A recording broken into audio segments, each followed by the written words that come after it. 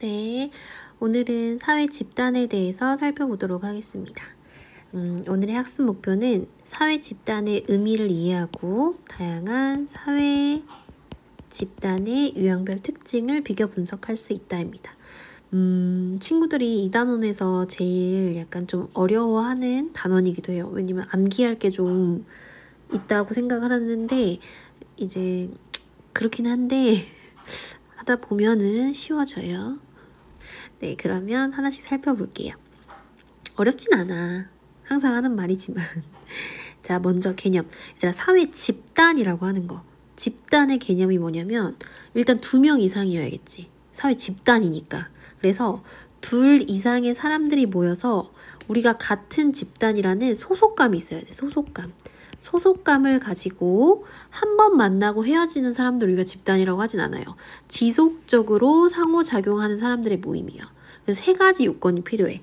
2인 이상이 소속감을 가지고 지속적으로 상호작용한다. 그럼 이제 사례를 통해 가지고 이게 사회 집단인지 아닌지 한번 생각을 해보자. 1인 시위. 막 국회의사당이나 이런 앞에서 1인 시위하는 사람들 있죠. 이거는 사회 집단일까요? 2인 이상인가요? 아니죠. 일단 아니죠. 그래서 틀렸어. 이미 끝. 소속감도 없고 지속적인 상호작용도 아닐 것이고. 그러면 버스를 기다리는 아니면 버스에 타고 있는 사람들, 승객들 2인 이상인가요? 2인 이상은 맞아. 소속감을 가지고 있나요? 그렇진 않지. 우리가 뭐 같은 버스를 타고 있다라는 소속감 뭐 이렇게 이야기하진 않잖아요. 지속적으로 상호작용하나요? 아니요. 그날만 버스 타는 사람들일 수도 있는데요. 그쵸. 그래서 버스 승객들도 사회 집단은 아니다. 그냥 무리일 뿐이다. 그 다음에 이제 수험생 2인 이상이야. 엄청 많은 수험생들 있죠. 그래 뭐 우리가 같은 수험생이라고 하는 소속감이 있을 수도 있지. 근데 이게 지속적으로 그들이 상호작용을 하나요? 그렇진 않죠. 그래서 우리는 수험생도 사회 집단이라고 보진 않아요. 그 다음에 이제 사대부고 무슨 고등학교 학생들, 학교 학생들 이거 2인 이상이죠. 같은 학교 학생이란 소속감을 가지고 있다고 봐요. 그리고 그들은 지속적으로 상호작용하고 있습니다. 그래서 고등학교는 사회 집단이 맞아요. 이제 하나 사례를 더 볼까? 콘서트 관객. 콘서트에 간 관객들은 사회 집단일까 아닐까? 2인 이상이죠. 소속감? 우리 지금 같은 가수를 보러 왔어 라고 하는 소속감 있을 수 있어요. 지속적으로 상호작용하나요? 그렇진 않죠. 그들이 서로 막 지속적으로 상호작용하진 않아. 근데 이제 팬클럽은 이야기가 좀 다르지. 팬클럽은 2인 이상이고 같은 가수를 좋아한다는 소속감, 지속적으로 그들은 상호작용하고 있어요. 그래서 팬클럽은 사회 집단이 맞아요. 이런 식으로 지속적으로 상호작용하는 사람들의 모임을 우리는 사회 집단이라고 합니다. 그래서 우리 사회에는 다양한 사회 집단들이 있는데 대표적으로 많이 나오는 사회 집단의 예시를 한번 생각을 해보면은 일단 우리 가족도 여러분 사회 집단이에요. 2인 이상이고 소속감을 가지고 있고 지속적으로 상호작용하고 있잖아요. 그쵸? 그래서 가족, 뭐 친족, 그 다음에 우리 또래 친구들, 또래 집단, 친구들, 또래 집단, 그 다음에 회사, 그 다음에 정당, 뭐 시민단체, 우리 공익을 추구하는 그런 단체, 환경보호단체, 뭐 이런 단체들 우리가 다 시민단체라고 하죠. 시민단체, 이런 사람들. 그 다음에 또 뭐가 있어? 학교, 이런 기타 등등, 뭐 이제 동아리, 각종 동아리들, 모임, 정모 이런 것들. 이런 것들이 다양한 사회 집단들이 우리 사회 속에 있다. 군대도 사회 집단이에요. 군대 이런 것들. 그쵸? 그래서 이런 것들을 여러 가지 사회 집단이 있는데 이걸 이제 유형별로 나눌 수 있어. 이 학자를 외울 필요는 없어요. 옛날에는 학자까지 물어보는 게 모의고사나 수능에 나왔었는데 지금은 그렇진 않아. 이 분류 기준은 좀 여러분들이 암기를 하셔야 돼요. 왜냐면 이 학자들이 이렇게 다양한 사회 집단이 있는데 이거를 내가 한번 분류해 보겠습니다 라고 해서 등장시킨 자기들의 개념이거든요. 그래서 한번 보면은 쿨리라고 하는 사람은 접촉 방식에 따라 가지고 사회 집단을 2가지 유형으로 나눌 수 있다고 이야기했대. 1차 집단이다. 2차 집단이다. 이렇게. 분류 기준이 접촉하는 방식이에요. 어떻게 접촉하는 방식이냐면 1차 집단은 대면적인 접촉이랑 친밀감을 바탕으로 그 구성원들이 전인격적인 나의 모든 부분에 영향을 주는 그런 관계들이야. 굉장히 친밀한 그런 집단을 우리가 1차 집단으로 구분을 해보자. 그래서 대표적인 예시가 가족, 또래 집단, 친구들.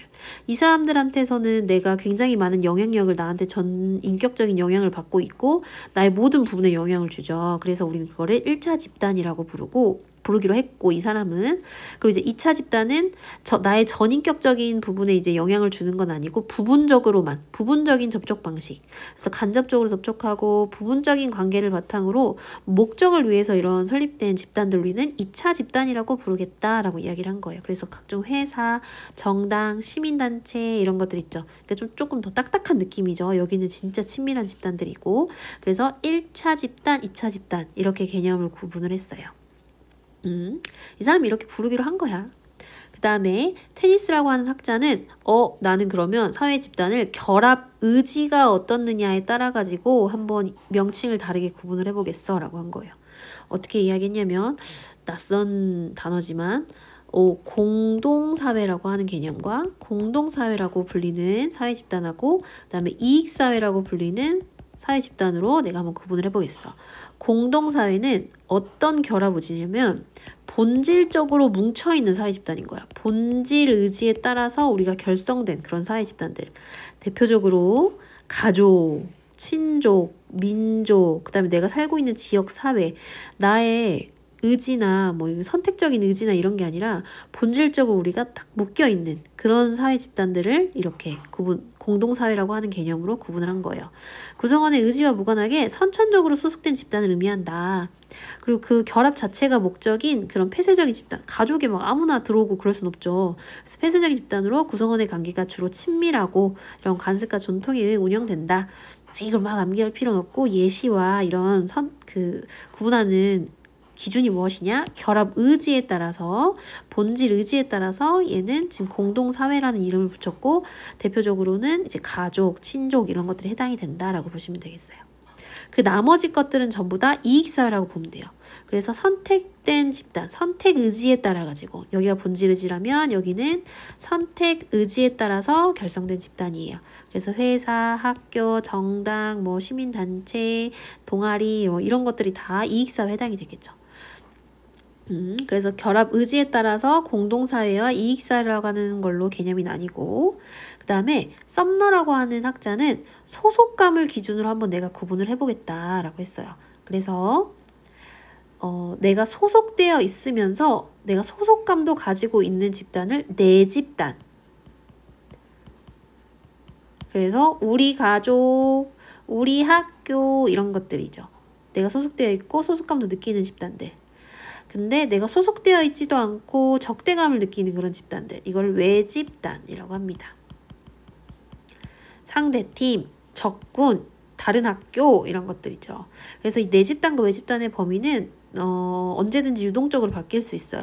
예를 들어서 이제 우리 5월 달에 체육대회 할 건데 2학년 2반하고 3반하고 피구 시합을 해요. 그때 이제 2반 친구들은 3반 친구들은 각각 2반 3반이 내 집단이 되는 거겠죠. 각각의 내 집단들. 근데 이제 3반 이겼어. 제가 부담임으로 있는 우리 3반 친구들이 만약에 피구에 이겼어요. 아니 우승을 했어. 그래서 만약에 반 대표로 아니 학교 대표로 어디로 나가게 됐어. 대회를 나가게 됐어. 그래서 이제는 솔레고랑 사대부고랑 붙게 됐어요. 3반이 대표로 나가기로 했고 2학년 3반이. 솔레고도 2학년 몇 반이 대표로 나오겠죠? 그랬을 때 이제 2반 친구들도 4대부고라고 하는 내 집단 범위 안에 들어가게 되는 거지. 이렇게 내 집단 안에 범위 안에. 그래서 그때는 내 집단이 이렇게 되는 거겠죠. 그래서 내 집단과 외 집단의 범위는 정해진 것이 아니라 그때 상황에 따라서 바뀌게 된다. 개념은 일단 소속되어 있으면 소속감을 느끼면 내 집단. 그리고 소속되어 있지 않으며 적대감을 느끼는 집단을 우리는 외 집단이라고 합니다. 아셨죠? 소속감이 기준이에요. 소속감. 자, 다음에 마지막으로 준거 집단이라고 하는 개념이 나와요. 준거 집단은 뭐냐면 나의 행위나 가치 판단의 기준이 되는 집단을 우리가 준거 집단이라고 해요. 그래서 예를 들면 내가 나중에 대기업에 취직하고 싶어. 대기업 회사원이 되고 싶어. 그랬을 때 이게 나의 꿈이야. 그래서 나의 준거 집단이 돼서 이 사람들의 행동이나 이런 것들이 나의 지금의 상태를, 나의 지금의 현 상태를 파악하는데 기준이 되는 거죠. 그래서 나는 지금 예를 들어서 공부도 열심히 안 하고 뭐 아무것도 안 하고 있는데 이 사람들은 열심히 해외 출장도 다니고 열심히 다니고 있는 것 같아. 그래서 지금 나의 준거 집단과 나의 소속 집단이 일치하지가 않아. 그럼 이제 거기서 상대적인 박탈감이나 이런 걸 느끼게 되는 거고, 만약에 이제 준거 집단과 나의 지금 현 상태, 즉 내가 소속된 집단이 일치해. 대기업 취직을 했어. 그러면 나의 엄청난 그런 만족감, 자부심 이런 것들이 생기겠죠. 그래서 개인이 자신의 신념, 태도, 가치관 등을 규정하고 판단이나 행동의 기준이 되는 집단을 우리는 준거 집단이라고 합니다. 소속 집단과 준거 집단이 일치하면 너무 좋겠지. 그래서 만족감과 자부심을 가지게 되고, 소속 집단과 준거 집단이 불일치하게 되면은 지금 현재 나의 상태에 대해서 굉장히 불만족하겠죠. 내가 지금 소속되어 있는 집단에 대한 불만도 생기고 상대적인 박탈감을 가지게 된다라고 볼 수 있어요. 그래서 준거 집단의 개념은 나의 지금 행위나 가치 판단의 기준이 되는 집단을 우리가 준거 집단이라고 부른다라고 보시면 되겠습니다. 자, 그럼 이제 선택지 분석을 통해서 한번 개념을 확실하게 정리해 볼게요. 이제 구체적인 사례가 나와서 조금 어려울 수도 있어서 천천히 한번 여러분들 생각해 보면서 문제 같이 푸세요. 공동사회는 구성원들의 선택 의지와 무관하게 형성된다. 공동사회 구분하는 기준이 뭐였죠? 공동사회냐 이익사회냐를 구분하는 기준은 의지였죠. 의지. 의지. 그래서 공동사회는 본질 의지, 이익사회는 선택 의지, 결합 의지에 따라서 이제 구분이 되니까. 그래서 공동사회는 본질 의지에 따라서 구성이 되는 거였죠. 그래서 선택 의지가 무관하게 형성된다. 맞는 설명. 그다음에 시민단체, 게임 동호회는 이익사회이다. 공동사회, 이익사회. 이거는 선택에 의해서 내가 가입하고 만나는 그런 거죠. 선택의지. 그래서 O.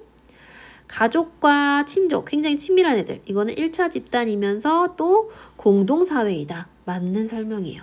그러니까 이러한 같은 사례도 분류 기준에 따라서 명칭을 다르게 지금 할 수 있는 거죠. 1차 집단이기도 하고 공동사회로도 구분이 되고요. 그 다음에 내 집단 의식은 소속 집단과 준거 집단이 불일치할 때는 강화되기 어렵다.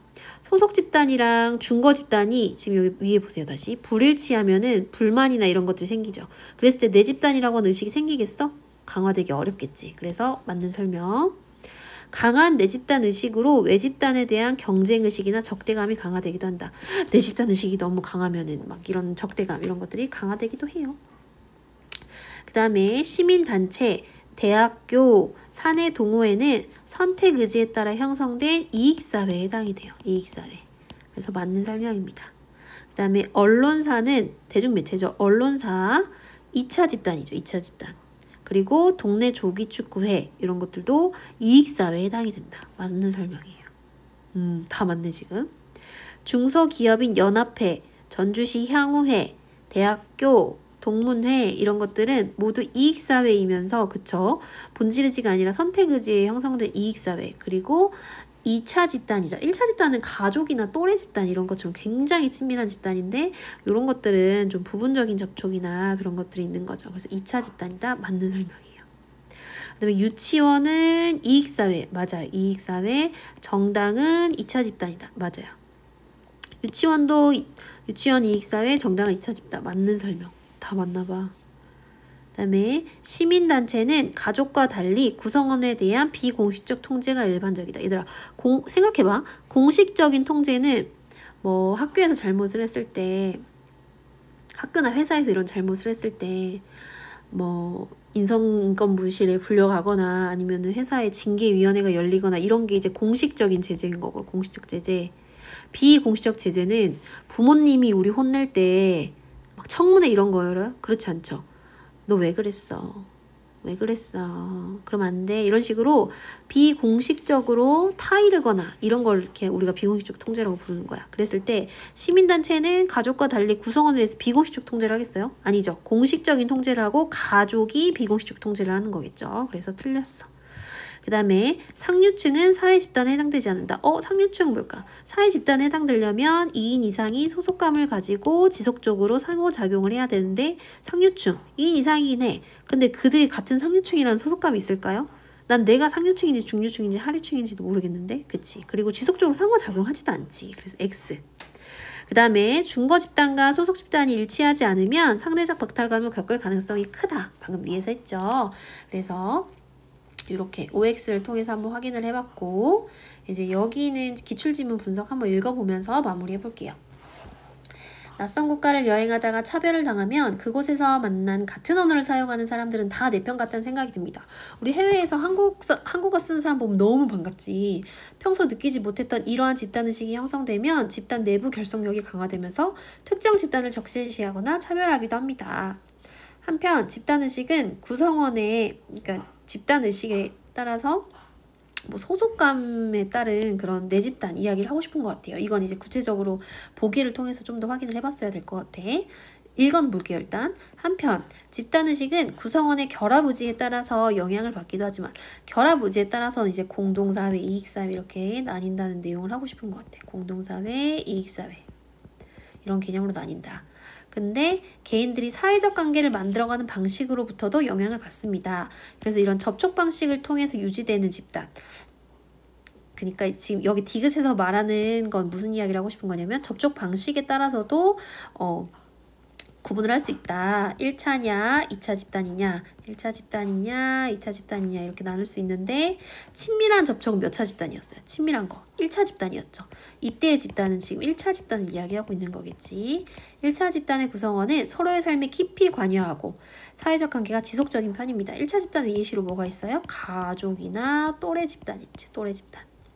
하지만 수단적인 접촉을 통해 유지되는 집단, 요때 이거 무슨 집단? 2차 집단이죠. 2차 집단. 2차 집단의 구성원은 관계가 형식적이고 일시적인 편입니다. 2차 집단, 뭐 회사, 정당 이런 사람들이죠. 정당. 이런 집단들을 말하는 거지. 그래서 한번 기출을 통해서 지금 각각 어떤 것들을 말하고 있는지 한번 살펴봤어요.